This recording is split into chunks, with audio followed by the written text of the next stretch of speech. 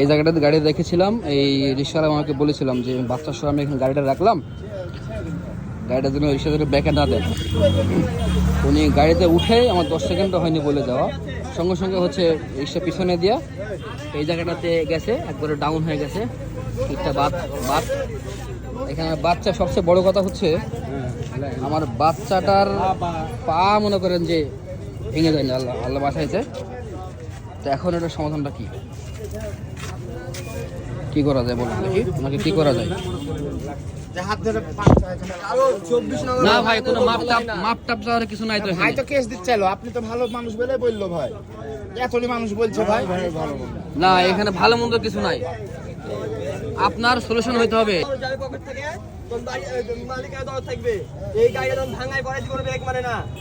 আপনি একটা স্প্রে দাম দিয়ে দেন, ভালো স্প্রে।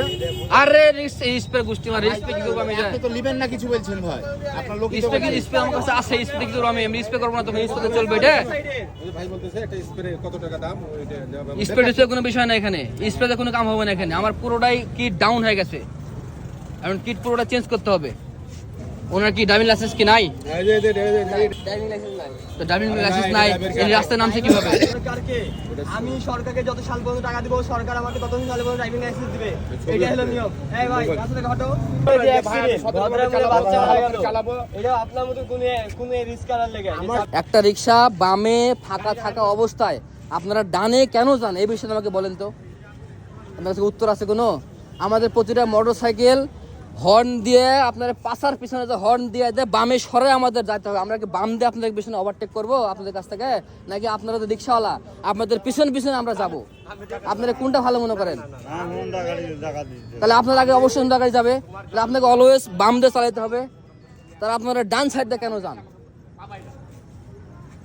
কিছু বলতে পারবেন?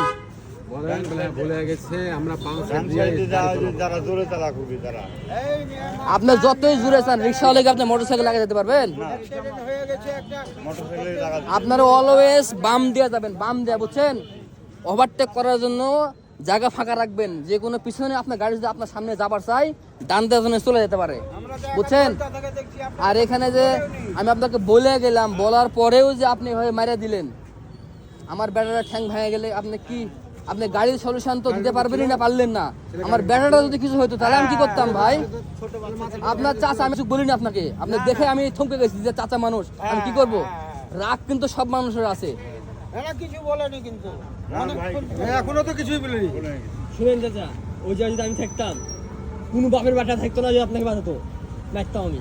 মানে কিন্তু ফাটা ফেলতো। হ্যাঁ।